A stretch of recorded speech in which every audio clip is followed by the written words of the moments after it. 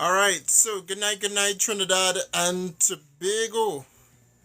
All right, I realize that Gary Griffith is a timely fella. He's a man on time because there's no other politician right now that I would have sent a link to join this, and it came on at exactly 7 o'clock. But good night once again to all of you joining the live broadcast. David Welch here, sirens in the background.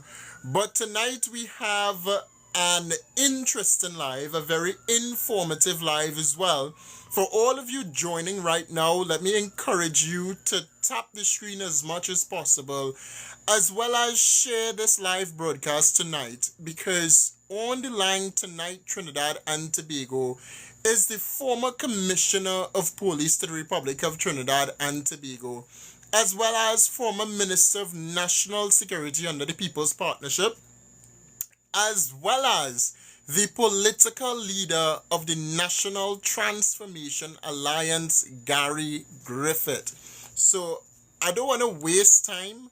I think I'm gonna go ahead and send Mr. Griffith the live invite. All right. So stay tuned for that. Let me just go ahead and get Mr. Griffith on.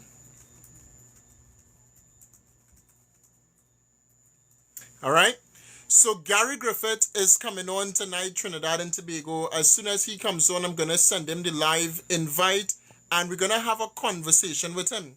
Literally, crime is out of control in Trinidad and Tobago. We know that under Gary Griffith, when he was the Commissioner of Police, we could have seen that something was being done about crime and criminality in TNT. But since Mr. Griffith has, some people say, been fired, or since his contract came to an end and another commissioner of police took over, we saw where crime is once again out of control. All right? And we're going to talk about that tonight with Mr. Griffith. Not only that, but polygraphing. We literally passed a polygraph law in Trinidad and Tobago, a polygraph testing bill, which was passed only this week in the House of Representatives, made law. And it's, well, the Minister of National Security would have alluded to the fact that Gary Griffith, former Commissioner of Police, would have ran away from a polygraph test. We're going to talk about that as well. All right? So let me look to get Mr. Gary Griffith on the line. For all of you here right now, share the live broadcast as much as possible.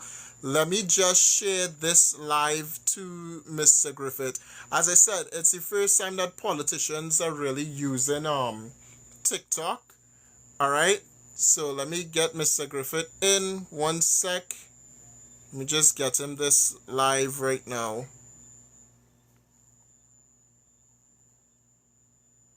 All right, so share the live once again, Trinidad and Tobago. Share it to your friends and your families. Do it right now. Share it.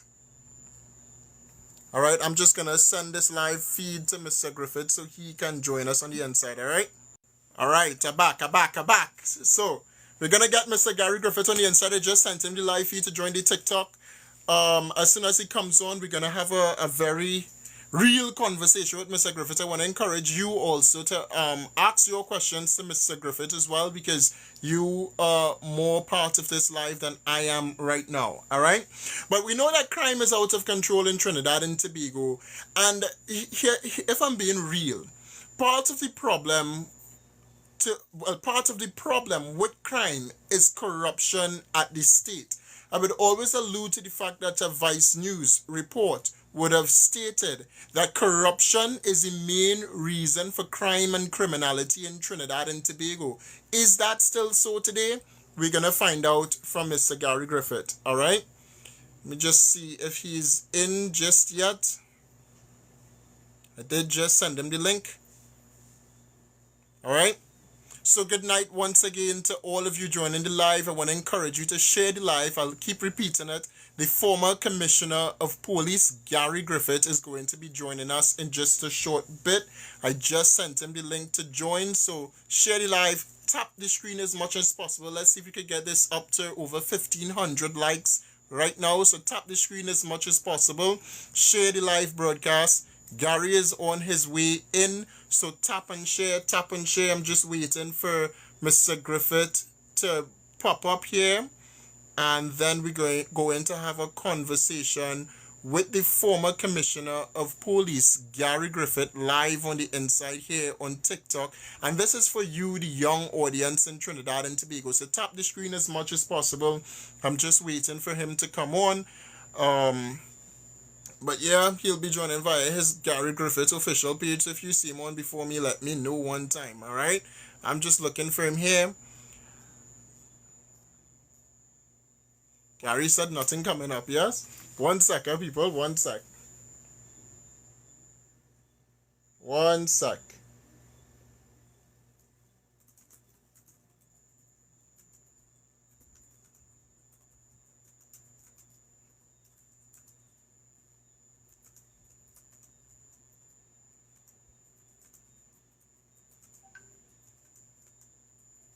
All right. So I just sent him another message, all right? So once again, Gary Griffith, former Commissioner of Police, will be joining us on the Inside Trinidad and Tobago.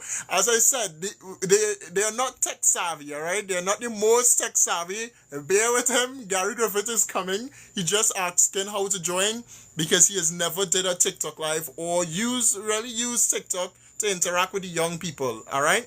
So I just sent him another message on joining. The director will also be joining me on the line in just a short bit also, so stay tuned for that. All right, so once again, for all of you joining right now, don't go anywhere. The former Commissioner of Police, the political leader of the National Transformation Alliance, as well as the former Minister of National Security, Gary Griffith, will be joining us on the line. We're going to talk about some issues. We're going to talk about party issues as well as this issue that is brewing right now between the United National Congress and the National Transformation Alliance. All right? You just send him a voice note here.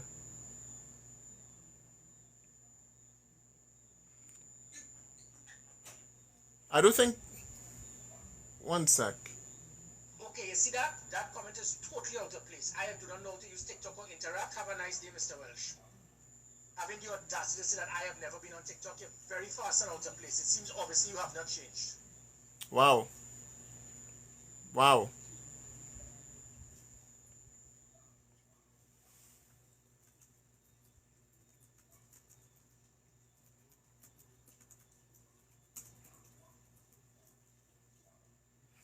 Let me look to give Mr. Griffith a call.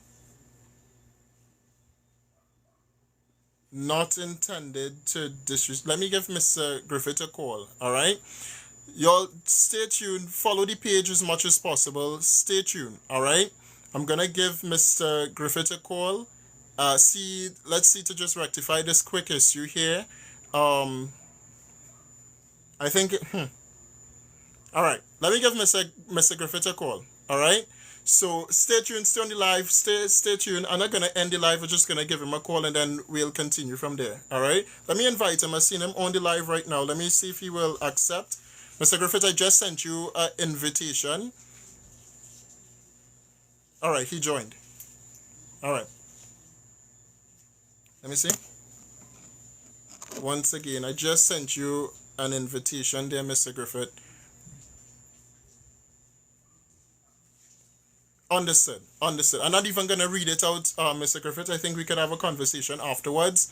But if you will still be willing to accept, let's just go ahead and have a conversation. I think I just sent you the invite also.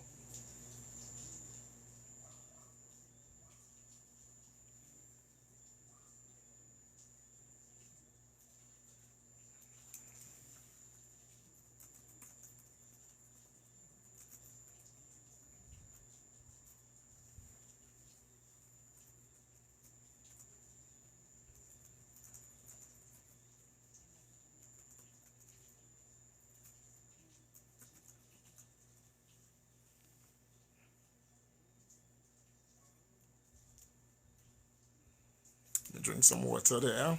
I'm just waiting for his response. I just saw him on the live. Honestly, I think he's still here. I don't know. Yeah, Mr. Griffith, I just sent you a request to join. It will come up on the bottom of your screen and you could accept there. Honestly, I just want to have a conversation about the national transformation, everything that I sent you, honestly, on WhatsApp.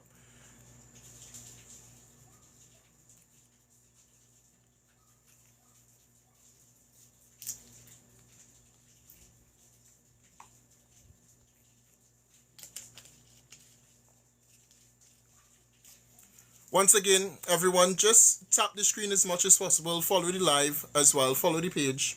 I just sent Mr. Griffith once again another invitation to join.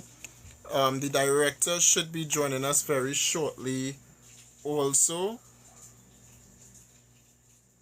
Okay. All right. Well, Gary said he's not joining live. That's no problem. All right.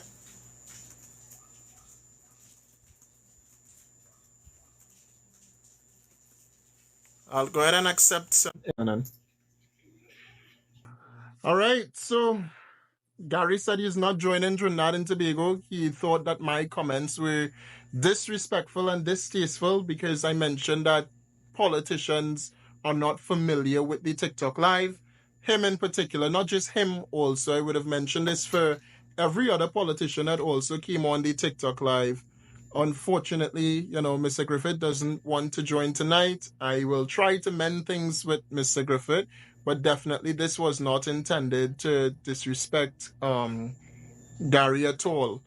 I said this about almost every politician that I ever brought on. Who I brought on? I would have brought on Mr. Parry, Mr. Dr. Ford Can, Philip, who else? Kyle Taklal Singh. And I've always said that this is a new platform. It is something new. Politicians to really use TikTok as well. It is nothing new that I continue to see on this live broadcast. It's definitely never an intent to disrespect the other person, to disrespect any politician. I've said the same thing about Stuart Young. When I was on the phone with Stuart Young, I told Stuart Young the same thing, that they're probably not familiar with it. It's not a normal, app to, or a normal way of interviewing anyone. It is something new, taking over the space. So this definitely was never intended to disrespect. We spent money behind this also, but say what? It is what it is. Let me look to get the director on at least. Hi, good night, everyone. Apologies once again. Mr. Griffith will not be joining us tonight. He found that my comments, saying that it's a new way of interviewing persons and he's not too familiar with the TikTok. He found that was distasteful and he will not be joining us on the live tonight, unfortunately. So I do apologize to everyone that came to see Gary Griffith, all the young people out there that came to see Gary Griffith. So I don't think I want to play over the voice note. I don't want any kind of bacchanal, any kind of drama, all right? And I'm seeing people here, giving their opinions. Definitely, it was never intended to disrespect. I've said the same thing consistently to Philip, to Rushton Parry, to Kyle Taklal Singh, to Dr. Ford Can, to Stuart Young, all of them. I've said the same thing too. So it's never, ever, ever, ever intended to disrespect. It's never, ever intended to belittle. It's never intended to do any of that. It's simply saying that this here, TikTok, is a new platform. You don't get politicians coming on any type of TikTok live or any type of broadcast to speak directly to young people. And in fact, this is the largest right now on TikTok, for politics at least, all right? The TikTok viewership right now, for just in 2 months, from February to now, has been over 300,000. The viewership from May to now has been over 100,000. And 90% of the viewership comes directly from Trinidad and Tobago and scattered all across Trinidad and Tobago, from Port of Spain all the way down to Cedros. I kid you not. When we check the stats, that is what it is saying. From Port of Spain all the way down to Cedros. We cover everywhere. All right? So this is the platform to be on. We know that if it is that politicians really do want to change Trinidad and Tobago and coming to change Trinidad and Tobago for the greater good, they need to speak to young people. They need to speak to you and I. That's who they need to speak to, the traditional ways via TV6 and CNC3 and all of the mainstream, the synergy, the mainstream media is not it anymore because young people not buying that at all. Not at all. They're not buying it. This is what we're listening to. We're listening to news on the go. Unfortunately, Gary Griffith will not be joining us today. I'm going to try for him to join us in the future. All right? I'm going to try to do that. For those of you that in the comments and talking about Miss Pandey, Miss Makila Pandey, I did reach out to Miss Makila Pandey. She did agree, but we're working on that in the back end also. All right. Miss Pandey is very, vocal on TikTok as well. She posts most of her content here on TikTok. So we will try for Miss Pandey. I'm giving you no promises. There are issues on the back end, but I'm giving no promises for Miss Makila Pandey. However, I did speak to Stuart Young. Told Stuart Young the same thing, literally Gary Griffith heard on the live. And Stuart Young agreed to come on the live. So we're going to wait for Stuart Young at first, all right? Let me look to get the director in and get the director take on all of this before moving on. But if you want, I'm guesting people who want to come on the live and say something. Give me your thoughts, your opinion. The National Transformation Alliance is a political party, a third force in Trinidad and Tobago. Give me your thoughts on that. Give me your thoughts on crime. Give me your thoughts on Gary. If you want to join, you can join the live. Thanks once again to everyone who is following right now. I appreciate it. Gary found that the comments were distasteful, but brother, if I were to be disrespectful, trust me, I can be, but I'm not. He said that I have not changed. What do I need to change? That's my question. What do I need to change? And it's not me being disrespectful. You said that David Welch have not changed. The David Welch I know, the person that I am, have always stood up for people's rights in Trinidad and Tobago. Lest I remind Gary Griffith that when we took him to the High Court, he did not come out victorious. The victorious person was myself. What do I need to change really? Do I need to stop being vocal and walking from Port of Spain, from Mover to Port of Spain to stand up for rights? Do I need to not have a motorcade or do I need to apologize for something? I don't think so. I don't think I, David Welch, need to apologize for anything. This country is ran by a band of thieves, clearly based on what you keep saying over and over, the same people that you, Gary Griffith, worked for. And this is not me being disrespectful. This is me trying to figure out what David Welch need to change. That's what I'm trying to figure out. Because this country is ran by people who don't care about me or you. Clearly, you were commissioner of police and then you're not commissioner of police. The prime minister don't want to hear anything from you. All kind of nonsense going on. While I am still trying to give the people of Trinidad and Tobago the opportunity to hear from everybody else but David Welch. Clearly, that's what's going on. Everybody else but David Welch. Because I could come here and I could talk bad about Gary Griffith as I used to. I don't like Gary Griffith 100%, but I respect you enough to invite you on this platform, my platform, because this is my live. The hundreds of thousands of people that watch this after watch it because I put it out. That's the reality. All right? And yes, anybody else in Trinidad and Tobago could come and do this, but they're not. That's the reality also. They're not. There's not any type of young person that is standing up and speaking out on a daily basis other than David Welch. So for everybody in the comments that want to say you too disrespectful or you to this or you to that, go and do it yourself then. Go and take your phone and talk about issues that are affecting Trinidad and Tobago. The reality is you won't. You come and you criticize because it's the easiest thing to do. It's the easiest thing to do. 100% the easiest thing to do. The hardest thing is to pick up this phone and put a face to the voice and speak about issues in Trinidad and Tobago without any type of fear, without any type of repercussion, any of that, any type of malice and ill intention, any. That's the reality. So I don't know what David Welch needs to change. All right? It's unfortunate.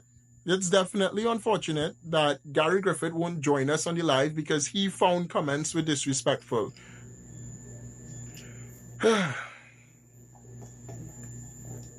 Thank you. I don't know. Let me try and get the director in. And you know what's ironic about all of this? The ironic thing is that the director told me this would happen. And I said, no, I could speak with Gary Griffith. Because when I told the director, I'm going to try to get Gary Griffith, he said, Gary not going to come and, well, he did say Gary will come. But he was fearful of how the conversation would go. And you see the director not here. He said he was fearful about how the conversation will go. And he know Gary Griffith and this and that and the other, all right? And we had a whole conversation just before we went live. A whole conversation, like an hour-long conversation. And ironically, he was right once again, and the director is mostly always right. Mostly always right. And he was right. He was right. I cannot understand politicians in Trinidad and Tobago. Gary Griffith said on Breaking Dawn that they will not debate him, meaning Keith Christopher Rowley and other persons will not debate him. But you afraid to come on an interview with 24-year-old me? You afraid of that? You afraid of somebody saying, I don't like Gary Griffith, and come in to face that person face to face and say, tell me why you don't like me? Because that's something I will do. He afraid of that? And then you're talking about leading a country. If this is a person that's supposed to lead a country, Lord Jesus, help us. Because I don't want this man running the country if this is how he operates. You find comments so disrespectful, so you go your way. That's a prime minister for all. That's a man that is building a nation for all. I had differences with Philip Edward Alexander. And you know, Philip Edward Alexander could watch me face to face and trash out our issues face to face and come on this live and talk to you directly and talk to me directly, openly. But the former commissioner of police, the former minister of national security, and the political leader of the National Transformation Alliance, who say we are the ones that you should vote for to take Trinidad and Tobago forward, afraid to come here because he found me telling you that, this is an app that they are not too familiar with as politicians. He found those comments were disrespectful and decided to say he not coming because David Welch ain't changed. What do I need to change, Gary Griffith? And this is not me being disrespectful to you. This is me asking you a great question, because I will remind you once again that when I walked from Mova to Port of Spain and your men and women of the Trinidad and Tobago Police Service tackled me to the ground and we took that to the High Court, I came out victorious, not you. Not you. And it's not only that. It's about the COVID-19 situation. Anyway, this is a joke. This is a joke. And I might go as far as saying that the National Transformation Alliance is a joke. And for any person in Trinidad and Tobago taking God out of their thoughts to go and vote for the National Transformation Alliance or anything affiliated with the National Transformation Alliance, you're joking. You're playing with your votes. You're playing with yourself. You're playing with your future. Because if these are the people that you are saying must take Trinidad and Tobago forward, but running from a little TikTok interview, boy, oh boy, what will they do when they are actually in power?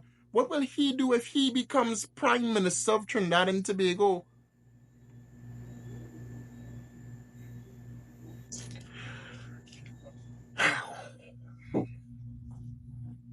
Y'all are jokey in Trinidad and Tobago. You want to find out why Trinidad and Tobago is not moving forward? Is because you have people like you who in the comments that talking a pack of nonsense. Let's find out who have the real balls in Trinidad and Tobago. Either the person that you don't like that tell you, yo, come and debate me in public, or come outside and let's have a conversation. Let's have a face-to-face conversation, or the person that runs away. Who would you vote for? Would you vote for a coward, or would you vote for someone who has your best interest at heart, who's standing up for you and not against you? Look and see where your priorities are.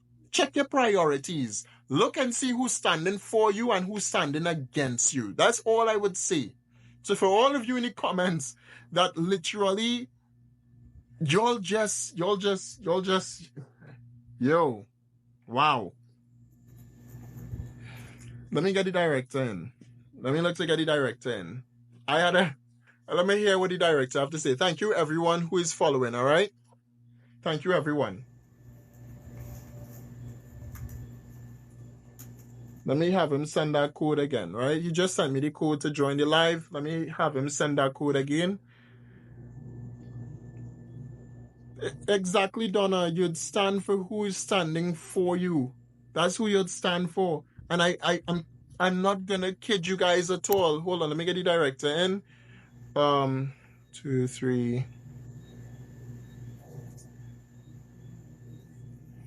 Let me get the director in. This is crazy. This is madness.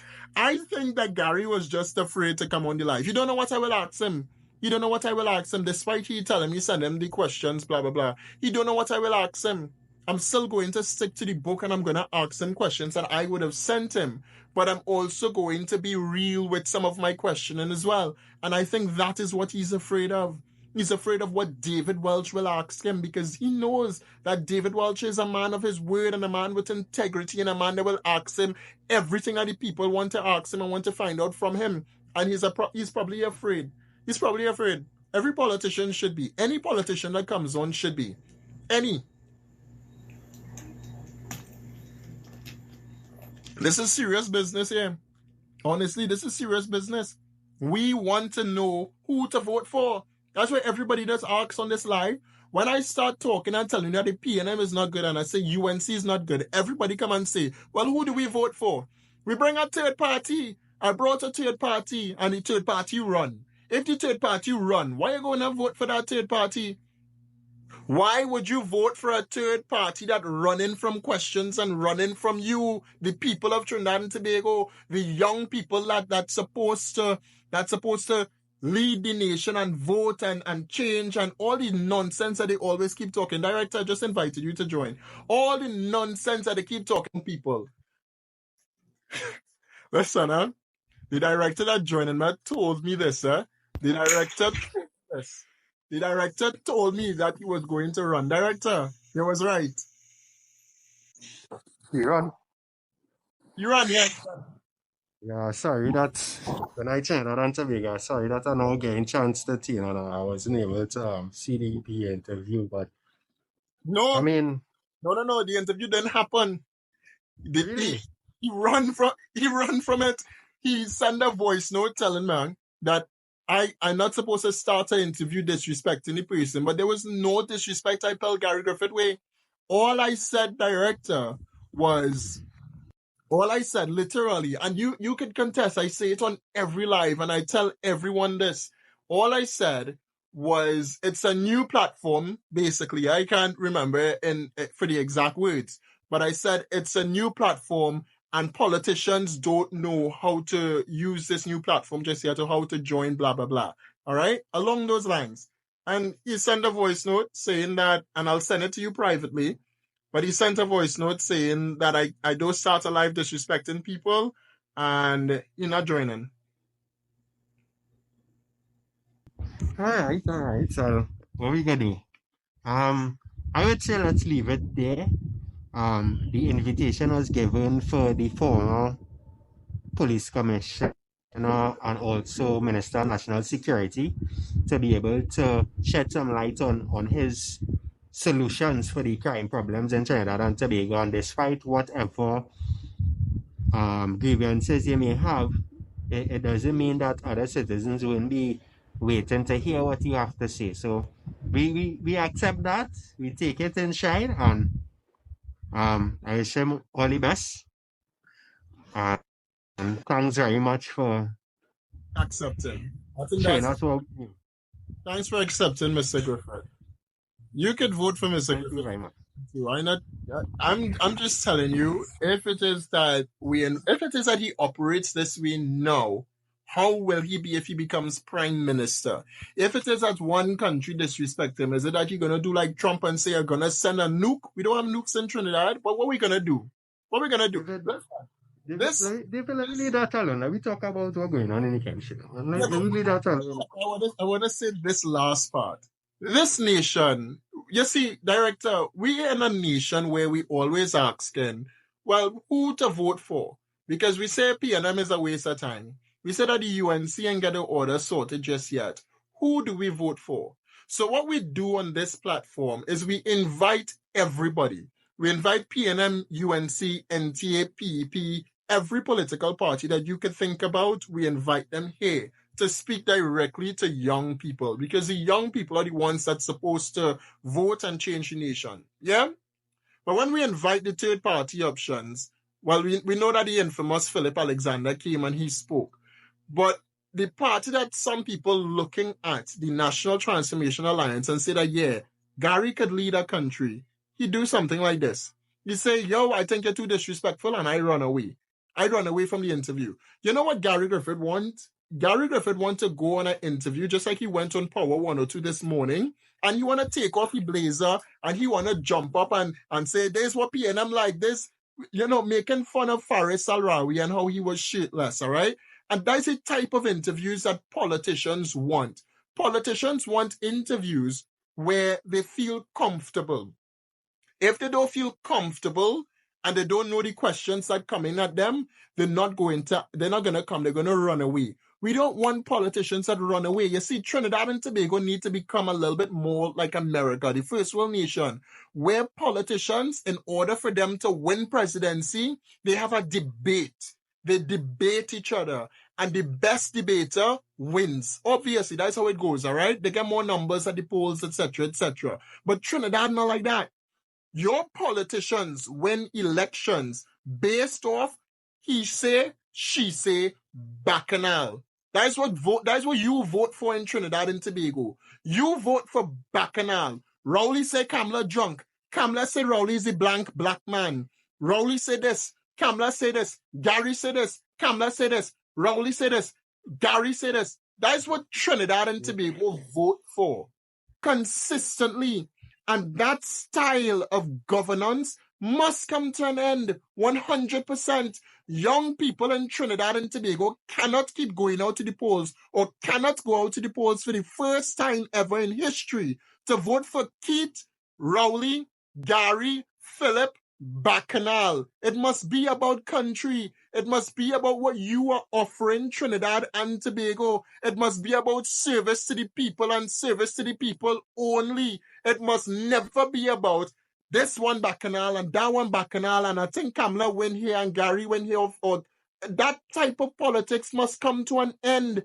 We're going we're supposed to be going into a first world nation. But if we continue with this doggish politics in Trinidad and Tobago, we will reach absolutely nowhere. We will end up like Haiti. We will end up like countries that we despise. And I apologize, the director, but that is how we will end up if we continue with this dotish style of politics. Our neighbor is Venezuela, and I don't even hear as much dirty politics coming out from Venezuela, but probably because they're a dictatorship across there. But right here in a 2x4 nation, a third world nation like Trinidad and Tobago, our politics is degrading. Our politics is awful. Our politicians, who we know literally our next door neighbors, are literally running over us, running over our constitutional rights, and we sit down and we allow them to do it. And every time an election comes, we run to the polls to vote on bacchanal and race. That is how we vote in Trinidad and Tobago, and that must come to an end. And I'm telling you, and I'm wrapping up with this point to give way to the director. If nothing changes in Trinidad and Tobago and we don't move away from this dirty politics, there's absolutely no way I am going to be wasting my time voting in Trinidad and Tobago or talking on issues in Trinidad and Tobago because you, the people of Trinidad and Tobago, clearly not getting it. If you could come here and talk a bunch of nonsense and say a bunch of nonsense, it means that you're not getting it and I wasting my time. But I'll stop with that, director. Well, you made a point there just now where by politicians want the citizens to be somewhat comfortable, but they're not willing to face the uncomfortableness that would come their way. But the thing is, in order to change, it has to have some level of being uncomfortable to be able to grow. I mean, if you watch out working out, your muscles need to be able to reach that point where it aches and for it to be able to grow and have change. So how it is recently, I heard um in the media where they were saying that we have a hard time coming, because we and then somebody else made a statement about, okay, so what about the 9 years of hardship we had before?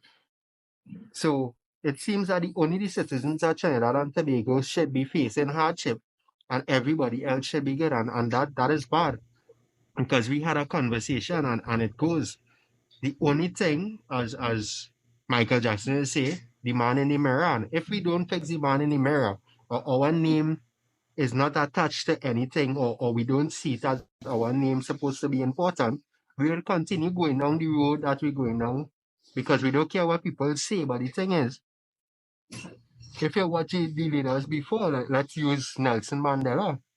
After all the hardship going to jail 20 something years of his life, he was able to come out. And when we say his name today, we have his legacy. What legacy do we have when we look back at certain politicians? Everybody would bring up their past on Omaje thief and this and that. Nobody not going on the road and saying, wait, such a great man and he did this and he did that. Is only the people who benefit from that would say, all right, he was a great man. But why it is the whole country shouldn't say he's supposed to be a celebrated politician of Trinidad and Tobago because he dealt with the issues of the people. And that's a great point, huh? And I want to stress on something for some of these people in this comment section, huh? Politician, there's a difference. You see, democracy is mainly for the people of the nation to have a say in their governance and their governance style. So you telling me or you mentioning that everyone is entitled to their opinion or their view and because it's still a democracy, it doesn't make sense when you're speaking to a politician because their level of freedom or their status as a citizen is now technical. It has a shield in front of it basically because they are no longer like a private citizen or someone that holds one particular viewpoint. They are supposed to listen to everyone and make decisions that will benefit everyone, which speaks about the majority in society. I hope you're understanding that just a little bit, because I can't stress on that anymore for you. The way that a democracy works is you and I can speak to them on top here to assist them in making decisions to benefit you and I and my neighbors around me. That's the point of a democracy, brother.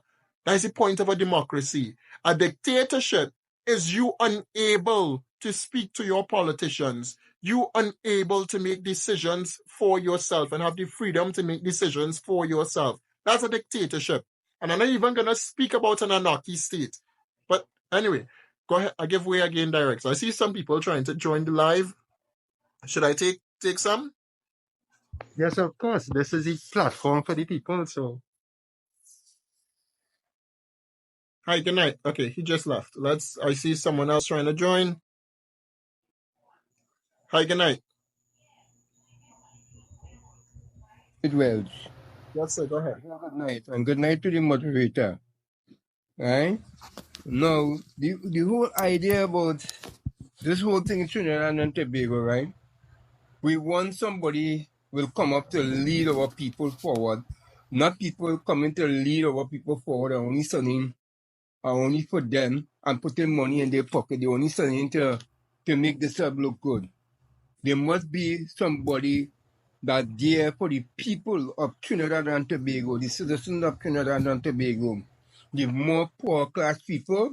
We need somebody that's coming up in office that's going to adjust all these problems and see about all these things that happening in the country, all the poor people in the country. This is what we need. We don't need nobody to go in office and say when they come in office, I want a new car, I want to have this in my house, I want to have this in the Prime Minister's house. No, we don't want that. We want people coming up to have a salary reduction from the pay and take that money to help the poor class people in the country. Forget about the 1% because them already have. We're dealing with the poor class people, the people who don't have. This is the people we're supposed to be focusing on in our country. If we want to see Trinidad and Tobago move forward, it have nothing to do with other government. Other government who coming up have to know that if they're coming in, they have to be for the people and the people only, not themselves. Okay? So let me hear your take on what I just said. Okay? Not a Thank you problem. very much for Anyone having me. else that wanna, yeah, anyone else that wanna come on, say a few words. Boy, Lyndon boy. Gary did what you expect Gary to do, run. And some people don't expect him to run, but that's what he do. He run. He run from your life. He said that, quote unquote, I was too disrespectful, and he said, you have not changed. And he run. Go ahead, Gabrielle. All you need to do is request to join the live. The guest should be at the bottom of the screen. So it's at the bottom of the screen, the little two-person icon. Just click that, request to join, and I will add you to the live. Really need to see that part. If I may say, right, the the whole thing just now where Mr. Francis would have said, um, we really need people that about the business of Trinidad and Tobago and not about self and not about making a name for themselves in other places, but having people in the country say so much. I mean, people would always say, but if it is that you have more bad being said than good, then you have to check yourself and say, no, something is wrong. I'm not doing something. Why is it that we more focus in a person's private life, although yes, they in public office, but we more focus on their private life and their family life more on than the dealings of what's going on in the country. Okay. I mean, You there's so know, much. that brings you to the polygraph testing bill that was passed. I'm hearing everybody talking about politicians must do a polygraph. Politicians had to do it. Don't just leave it for the police service, pay it for the politicians. Even Gary said the same thing. I disagree. I personally don't think that politicians need to take a polygraph test simply because the politicians are put into office based off your vote. All right? You're the ones that vote for the politicians. Unlike a commissioner of police that you have literally no control over, right? You individually don't go out to vote for a commissioner of police. I don't think that politicians need polygraph tests in Trinidad and Tobago. If they want to take one, that's up to them. If they don't, that's also up to them. Because at the end of the day, they get into office based off your vote in Trinidad and Tobago and whether or not you think that they are the ones that should take this country forward or take you forward. If you think you have a future with them, then you have the right to vote for them. And they have a right to obtain office without having to go through polygraph testing, etc., etc. But what's your thoughts, Director?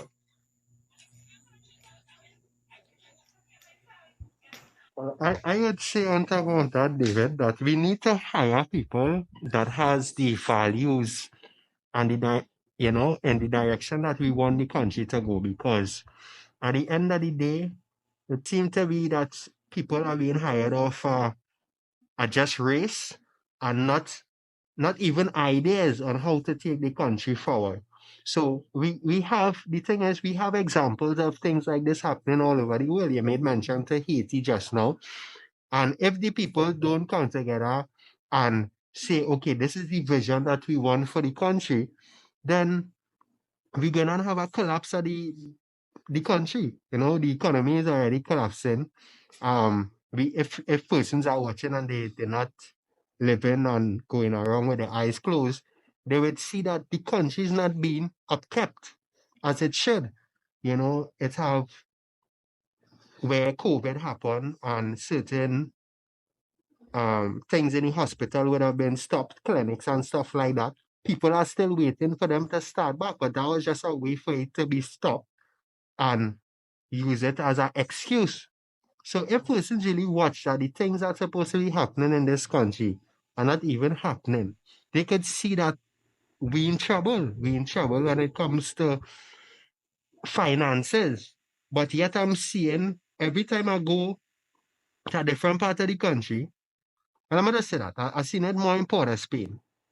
Up to today, I see when you're going by Cape Hotel, is a EBC office to be built there.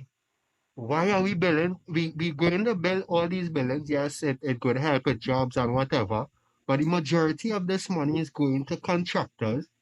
And the smaller man is not all you get day work and then what happening? We can't pay, as I say, CDAP is oversubscribed and things like these. So what it is that what's the vision? What it is we doing? We just spending money to make the people who already have the money make more money, but they're not passing it down to others so that the economy we know is money being spent.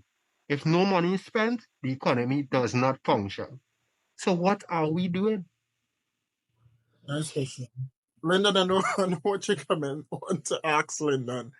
I don't know if I'll just repeat it real quick, all right? Because I know what you're coming on to ask.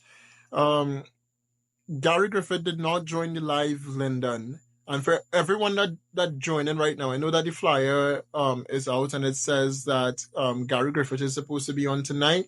But upon inviting Gary Griffith to the live, I mean, we planned this like 2 weeks ago. So 2 weeks ago, I would have invited Gary Griffith. He confirmed. He said yes. He said just send a link. Moving closer to today's date, I gave him more details. It's a TikTok live. It's for X, Y, and Z. It's because of X, Y, and Z. I spelled it out for him.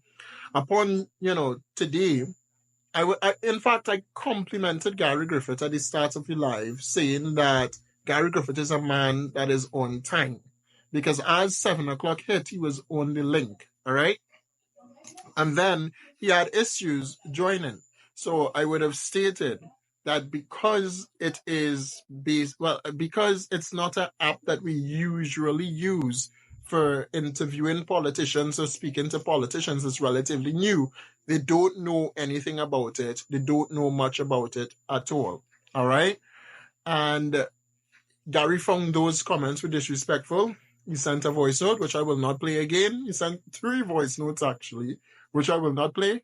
And he said that I have not changed. I was disrespectful, and he's no longer joining live. So I basically I didn't like say I am sorry, because I'm not going to say that.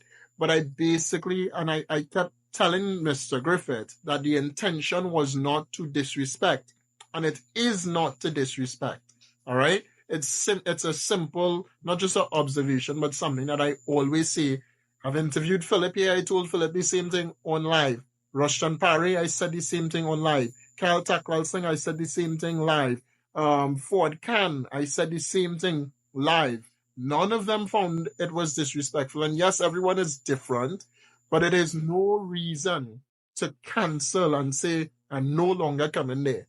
That is something that is so trivial and so below. It's supposed to be below Gary Griffith, but apparently, Director.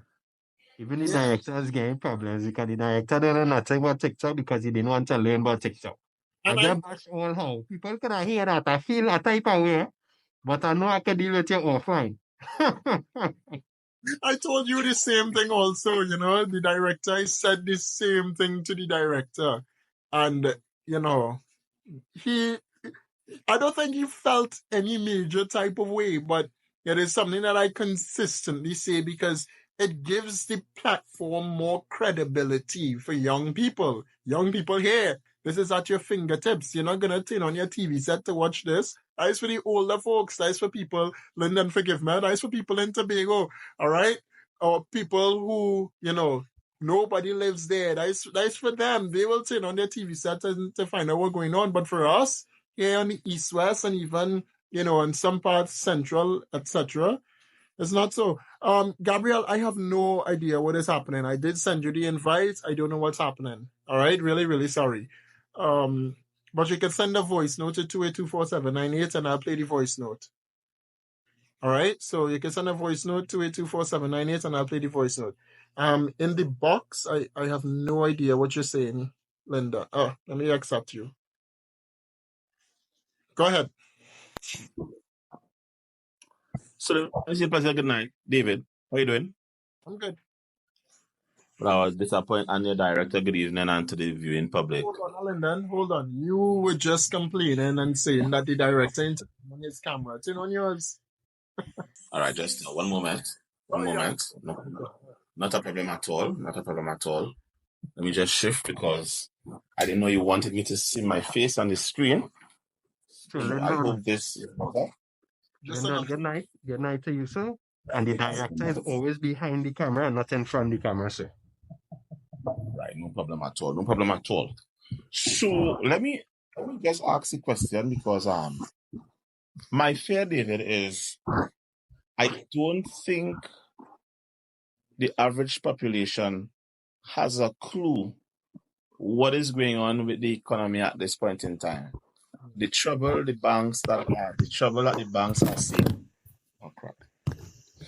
The problems that the Trinidad and Tobago Stock Exchange is complaining about. I don't think we're really seeing it. My question is, has anyone heard of an idea to what we see strengthen the fiat currency we have in Trinidad and Tobago in order to minimize the level of expenses or carry down the inflation of prices based on any economic scale of trade, etc., etc. Has anyone heard of it? Because let me just say, we are. We have 8 minutes, and I want to say this for that. 8 minutes. When we shut down the Petroleum refinery, what you expecting Trinidad and Tobago to do? How you expect Trinidad and Tobago to strengthen its economy without a refinery, the major income earner for our republic? We have not set up any type of reserves in any other country and forced any other country, whether in the Caribbean, internationally, in the United States, in the Western world, or in the Eastern world, to mostly trade with Trinidad and Tobago dollars if they want oil or gas and TNT. We're doing the same thing with Venezuela, where we going to buy or we're getting into a deal with Venezuela for oil and gas, dragon gas deal, but we trade it in US dollars. What do you expect? Right. So, in other words, what you're saying is that the government has no kind of foresight.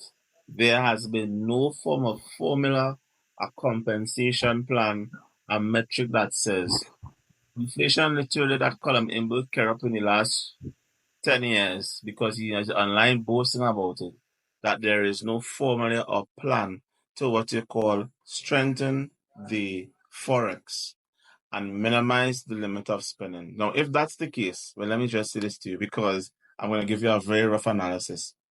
What you're seeing here is a financial reshift, and it's going to be not reshift, a reset. It's going to be a reset soon because Trinidad and Tobago can't go the way it's going for the next 50 years. America is in debt to China at about $34 trillion. Yeah? Japan and all of these first G7 countries are all in debt. And we just saw a strike in Kenya, I think it was yesterday, because the government wanted to raise tax. The Kenyans decided to storm the parliament and, they said that they're not having it. So what we're seeing is our systems and countries around the world that are saying they're not directly obliging to the tax and the hike of tax, etc. My question is, are Trinidadians ready to fight for that patriotic fight? Or is it that when Column come and see they make some kind of cockamamie excuse that they're going to directly spike up oil and gas again sometime next year or whenever? Because that is a plan. They don't have no plan. The country literally have no plan. I'm asking literally, what is our plan as Trinbagonians? Because the petrodollar, this Trinidad and Tobago dollar that we have, David, I want to show you. I want to show you. Wait, just now. I know you have 8 minutes. Let me show you quick. Let me show you very, very quickly, and I ain't taking too much of your time. The government made an excuse by saying that this. Let me show it to you. Come, let me tell it to me. That this wasn't good, right? And they take this and trade it for this. But this now is so much inflation that they had to go and find now. They're making an excuse now to go back and print a new type of $100 bill to inflate it again. That's column in but great maths. And we all find about it. It not making sense. So if we continue along that line, then you could expect the price of goods and services to go up again. And then they're going to come and tell you, nope, they're going to come and tell you, well, we got to keep your minimum wage again because, again, you're getting a higher pay, but the reality is the pay not higher. So are we making sense? The country making sense? I had to mute you to respond because then people wouldn't hear me. So, but I have a response for that. And you're right, but I don't think that the changing of the dollar will cause significant harm in Trinidad. But you're right about one thing. You spoke about, first. You spoke about, I think it's a strike in, somewhere in the Middle East. I can't remember the exact country you called. Kenya, thank you. You spoke about a strike in Kenya. What we are seeing now, Lyndon, is we are seeing significant wars taking place or rumors of wars taking place all the way on the Western world, on the Middle East, that the Western world is a part of. Anytime the Western world is a part of anything and money is being spent on the Eastern world, it means that prices are going to go up. We saw where Russia and Ukraine was in a war, and then what happened? What was the outcome? Lemon Mitchell, you'll have a conversation. Go ahead. The moment that happened, gold price spike. Gold price moved from a period of 50,000. Now it's now 75,000 per kilogram because you can't fund these wars with this stupid dollar that's saying that back by the government. These things are funded with gold. So I mean, for us who trade, that's great news because we know the gold price will go up, but for the rest of the world, they're not really so great because I mean, if you're depending on this, you're going to be, you can't make it. The petrodollar is not sensible. We see what's going on with Russia and Russia changing from utilizing the US dollar into utilizing gold, etc., etc. But for us here in the Western world and for us here in Trinidad and Tobago, we had to pay close attention to all the wars that are taking place on that side of the world because it's going to affect us.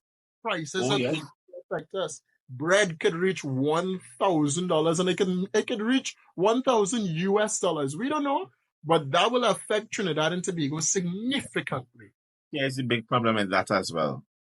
No one is, let me not say no one. The Caribbean region is not watching what's going on with BRICS because you are clearly seeing a number of countries is saying they're no longer accepting the US dollar as the currency of reserve.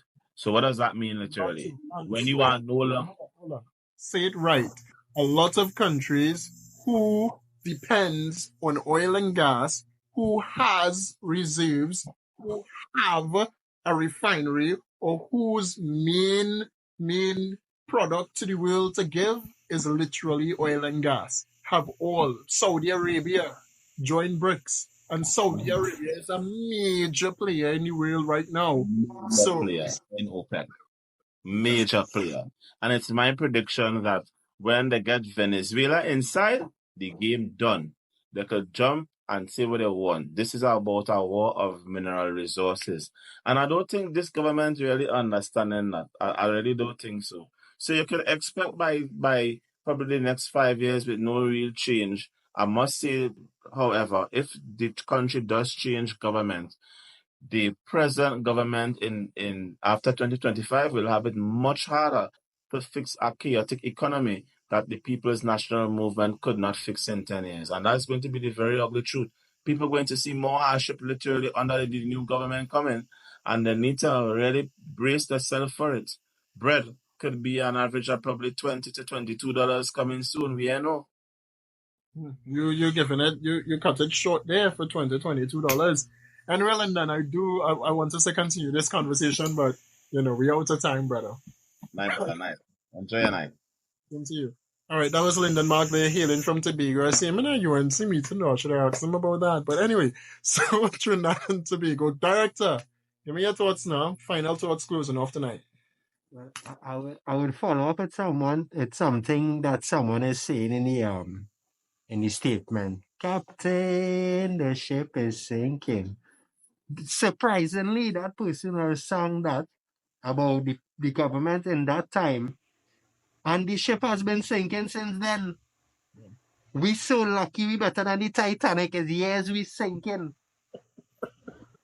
We better than the Titanic. All them years we sinking and we ain't sink yet. And people not willing to wake up and see. People, come on. Come on. At the end of the day, Sorry, no, go ahead. time has passed, and we need to do better. We need to start to hold the people that we put in the parliament to run the country, hold them to a higher account.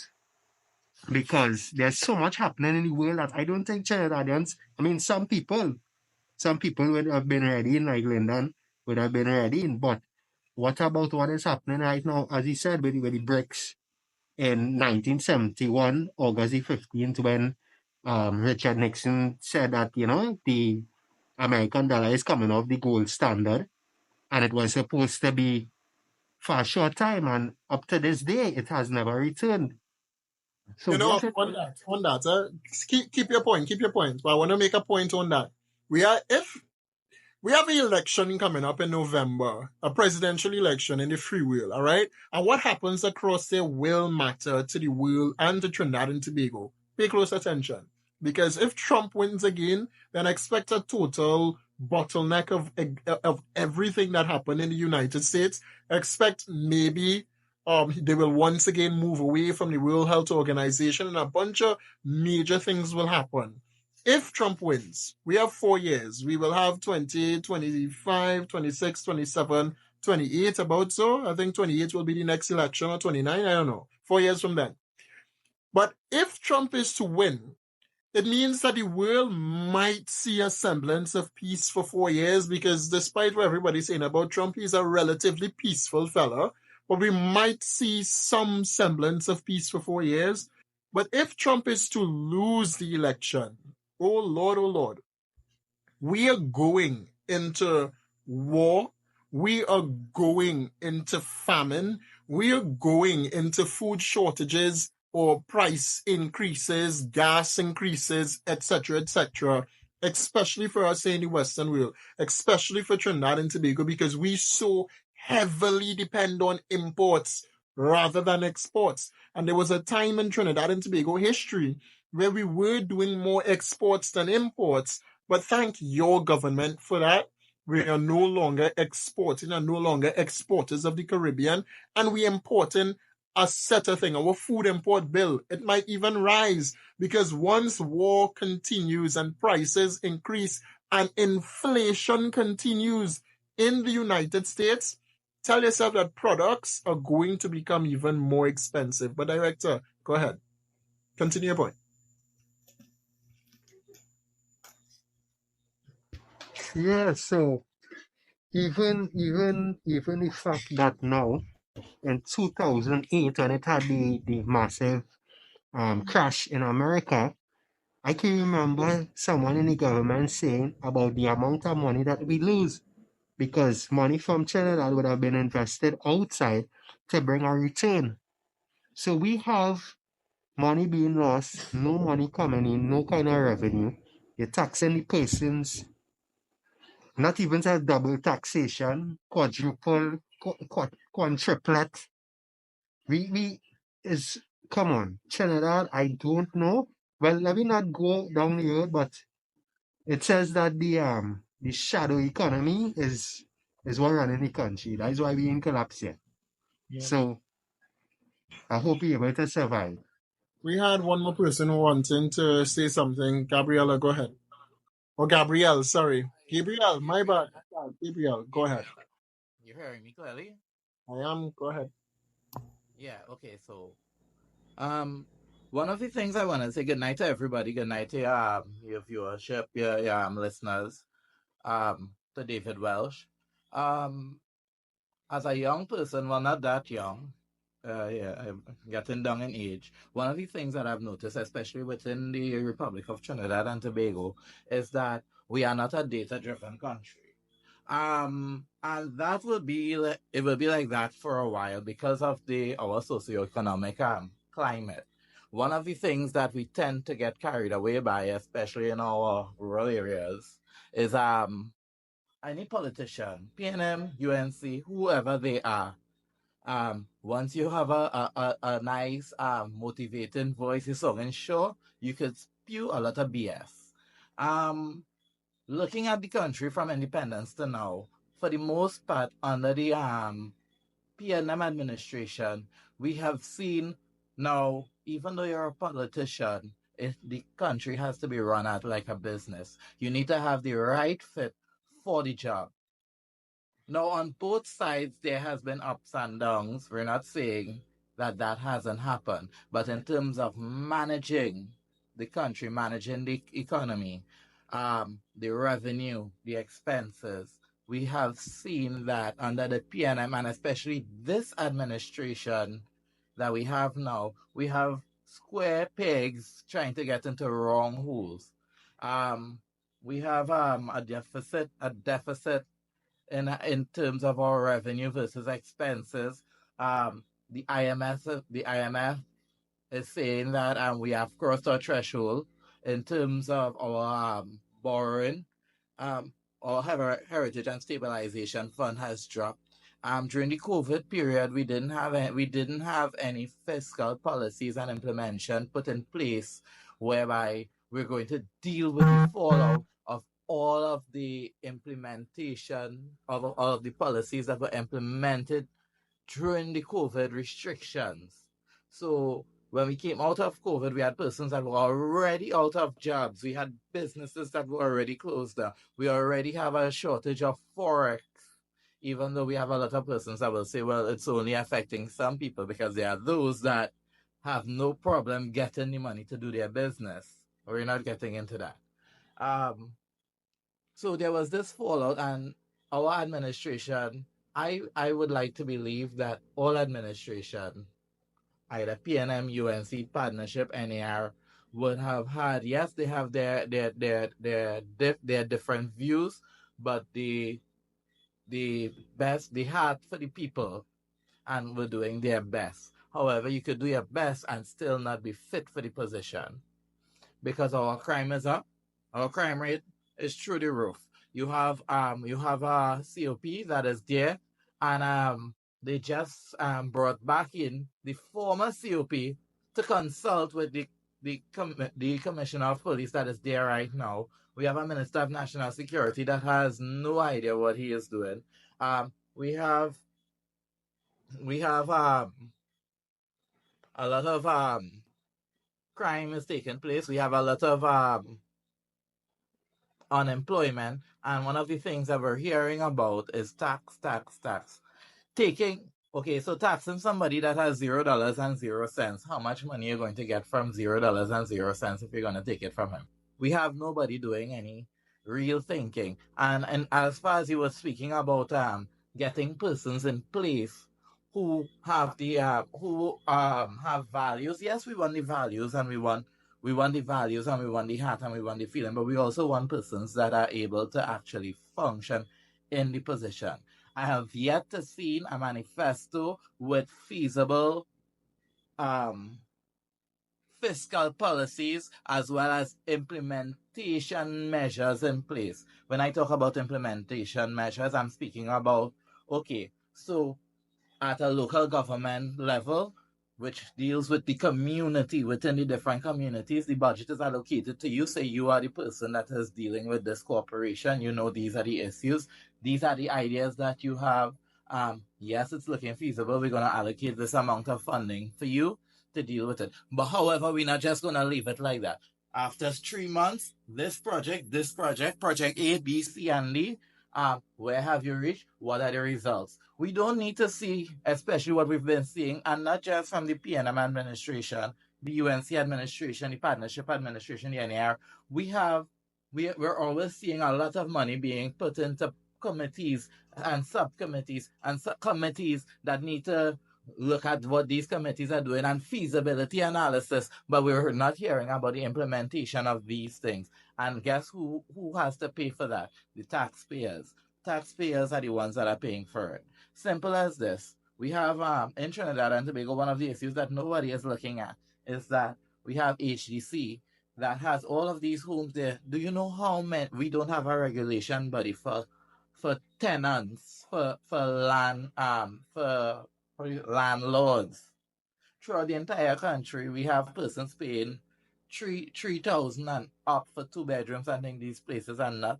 But you have the money, and they're talking about a lotto system from way back when. I can't remember who would have implemented the lotto system for the homes there. Persons who are able to pay the government a rent for the homes that they have, they're not getting it, but you're putting Tom, Dick, and Harry inside of it, and then paying for 14, 15 years.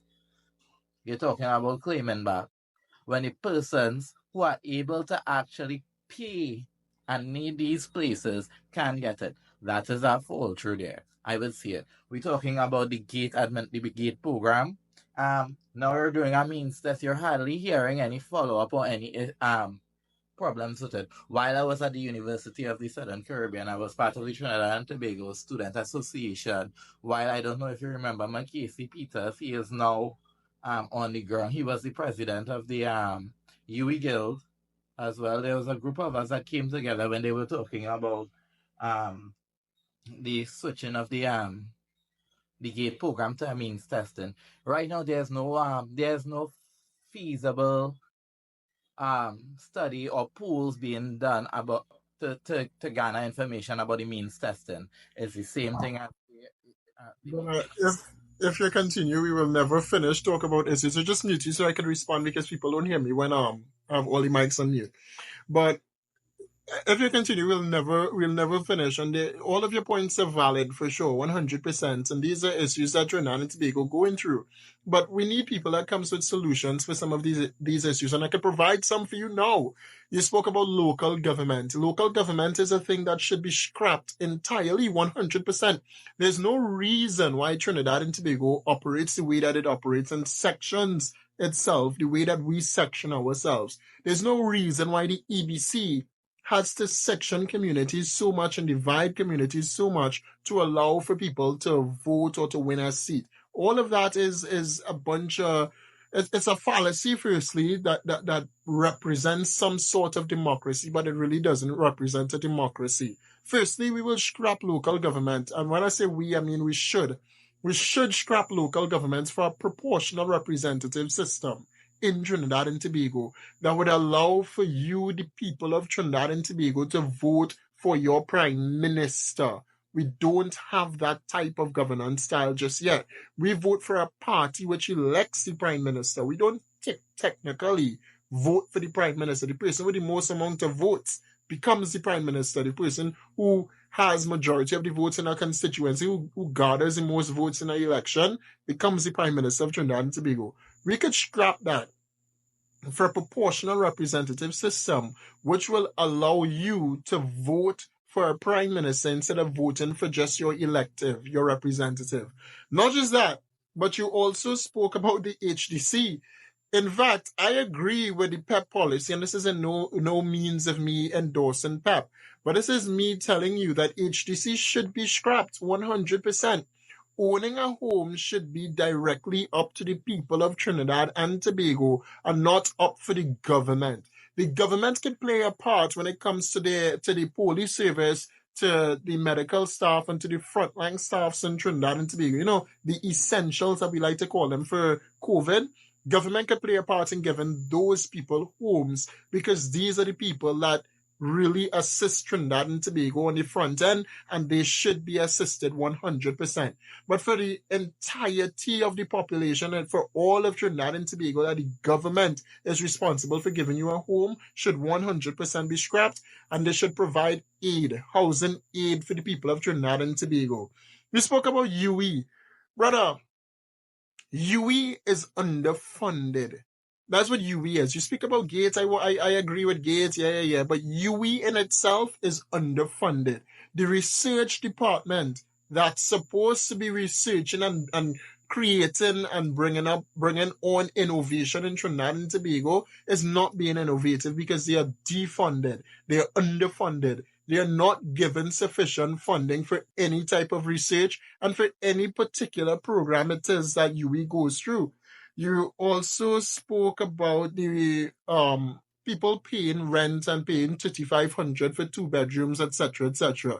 There's no real evaluation that takes place in Trinidad and Tobago. You could build a property and pay it up for rent immediately, and you're going to go through no kind of hassle.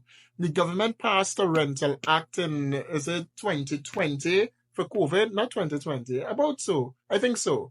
I could be fact checked on that. But there's a rental act in Trinidad and Tobago that was rushed to support people that were getting evicted during COVID-19. We don't have a proper rentals act in Trinidad and Tobago that will actually tell the landlord that you cannot evict a tenant or you cannot put the price of your property as this and rent it out for this without any type of evaluation that happens by the state. When you look at column and brick buildings, and this is no means me pointing out a particular person or pointing out the minister in itself, all right? But because he's a public official, I could use him as an example. The buildings downtown Port of Spain, it breaches literally city codes because you cannot have high-rise buildings where he have high-rise buildings in Port of Spain. But he goes to the parliament and he will not recuse himself from certain bills and certain legislations that he's a part of, and then use those legislations allegedly. I mean, it's out on the public domain anyway, so you can go and take a look, read it up for yourself. And he buys yachts, so he have yachts and he have buildings downtown Port of Spain that is up for rent. These are things that literally happening.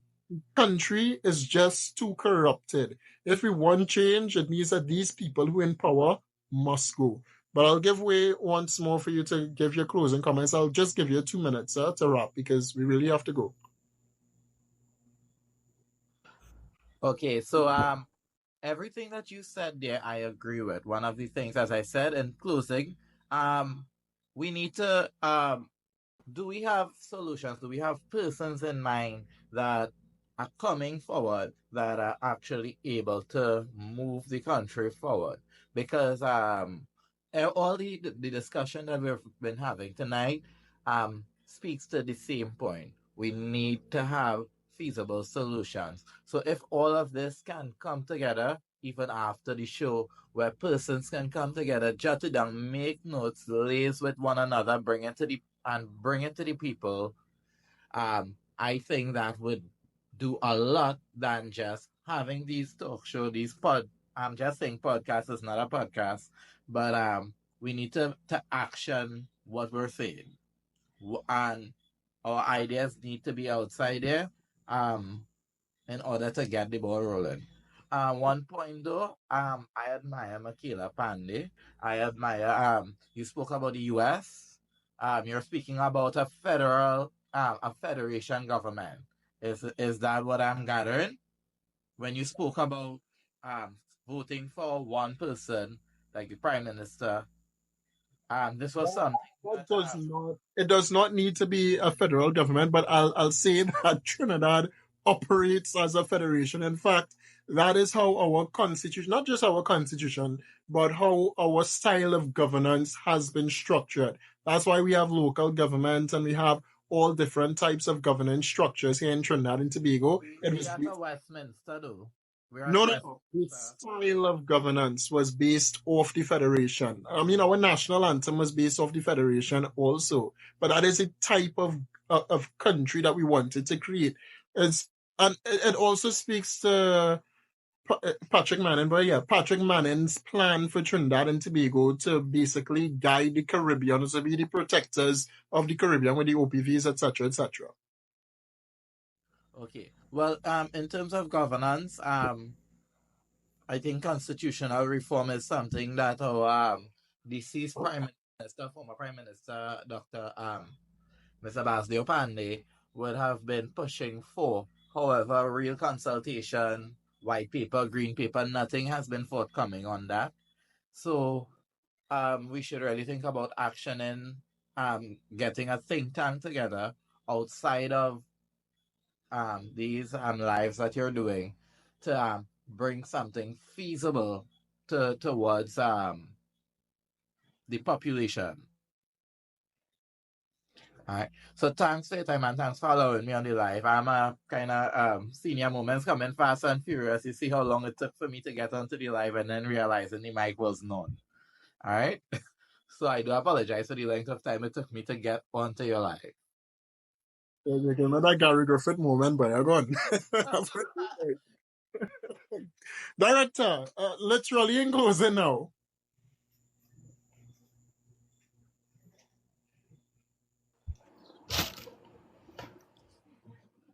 Well, I too had a senior moment in taking off my mic. As a supporter, so I have to support.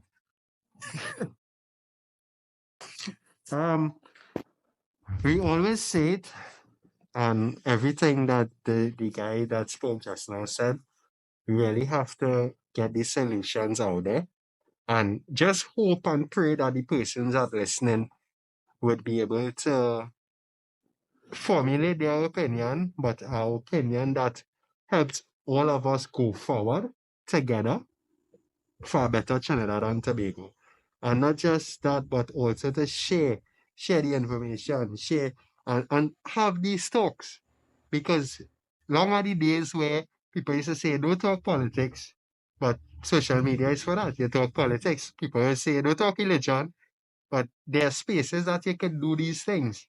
And once we are able to talk and we can be able to have different views, but also agree that, okay, what is best for all of us is better for Trinidad and Tobago to go forward and the future generations, then we can only become better. So I want to end with that. I want to say thank you very much for the time and for all the persons that viewed and listened to the show tonight. And also to Mr. Guy Griffith, thank you very much for your time, even confirming up to the point of the start of the show. So thank you very much, sir. Agreed. Well, yeah, same here. I mean, he have his operatives in the comments, but anyway, I appreciate him actually, accepting the interview and taking the time to actually come on the live also, and taking the time to follow up throughout the entire 2 weeks, basically, confirming to come onto the live and speak to you, the viewers. All right. Thanks for everyone that came on to the live as well, Lyndon, Mark, and everyone else that came afterwards. It was appreciated. This is where we ended tonight. We're live every Wednesday. So at 7 to 8, we try to keep it from 7 to 8 p.m. and end exactly on 8. But tonight we went a little bit over. But I want to thank everyone once again for coming on, taking the time to join, and also for making this literally, I kid you not, I'm not even joking with you right now, literally making this the number one on TikTok. And when I say the number one, I mean the number one for you getting information and interacting with your public officials, etc. Because there's no one else doing it on TikTok. I mean, there's a few of them, obviously, that come and they talk, but they don't talk anything of sense. They come and they talk party politics and vote for this one because we're not doing that here. And you guys have made this literally the number one with over 300,000 of you locked on every week. Because clips of this go onto the TikTok page, and the clip views literally speak. The analytics on TikTok speak to 300,000 of you from the period. This is before the show, obviously, but from February to now, since the show in May, it has been over 200,000 of you from May onwards to today alone. 200,000 people interacted with all of the videos that were posted from me to now, literally interacted, shared, liked, saved, etc., etc. All right. So thank you so much to everyone that would have interacted, that would have shared, that would have liked, that would have made this the number one platform. And it will continue to be the number one platform leading up to the 2025 general elections and even after the 2025 general elections. So thank you so much. Thank you for everyone that joined. I don't know who we have next week. Gary Griffith was supposed to be the last as we, take a break from inviting politicians and speak directly to you. But I do think that Rai Ragbir would be a great fit for next week because of the internal drama that is once again, this is nothing new, the internal drama that is once again taking place with the United National Congress as Rai Ragbir voted against his party and with the government on, which bill was it? It was it just slipped from my head. It literally just slipped. I can't remember the bill that they voted on. But you all know what I'm speaking about. And he would have voted with the People's National Movement on this bill, the whistleblower legislation. Thank you. Well, no one said it, but the whistleblower legislation, he voted with the government and against the opposition, citing corruption in his own constituency. We'll probably talk about that next week. Trinidad and Tobago, stay safe. How about Saddam Hussein? That's a possibility. Trinidad and Tobago, stay safe. David Welch, the director on the inside. And we'll see you guys next Wednesday, right here at 7 p.m. only on TikTok, TBN's TikTok page. Thank you. Good night.